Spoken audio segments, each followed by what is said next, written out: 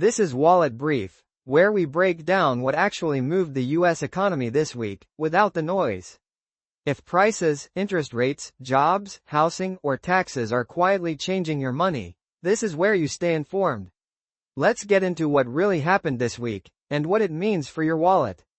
Over the past several months, discussions around the future of U.S. tax policy have increasingly focused on long-term fiscal sustainability. With government spending commitments continuing to grow, economists and policymakers have been exploring different ways to strengthen federal revenue over time. In earlier weeks, one idea that repeatedly appeared in these conversations was a national value-added tax, or VAT. While widely used in many other countries, the concept has historically faced political resistance in the United States.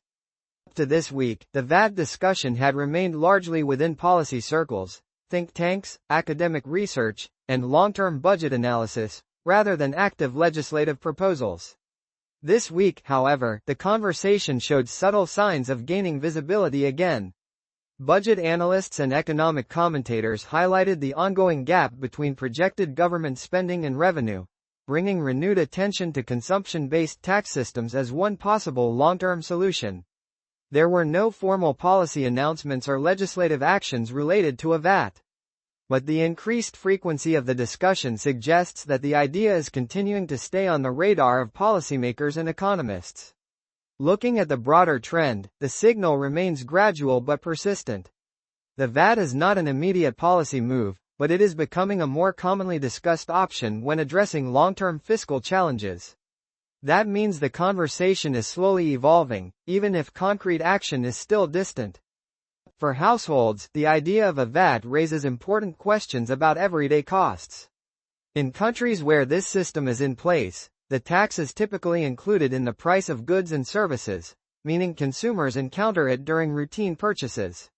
That could lead to slightly higher prices across a wide range of items, depending on how the system is designed. At the same time, supporters argue that a VAT could provide a more stable revenue base and potentially allow adjustments to other parts of the tax system.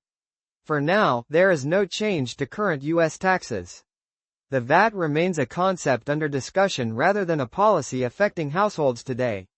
As a broader cultural reference, many global companies operate in regions where VAT systems are already standard, highlighting how common consumption taxes are internationally, even though the U.S. continues to rely primarily on income-based taxation.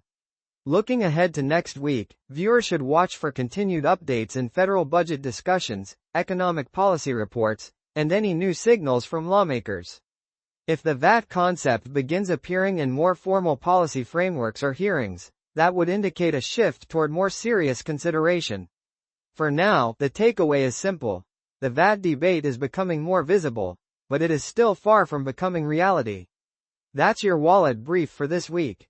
These changes don't always make headlines, but they do change how much you pay, save, and earn. We'll be back next week with the updates that matter. Until then, stay informed, and protect your wallet.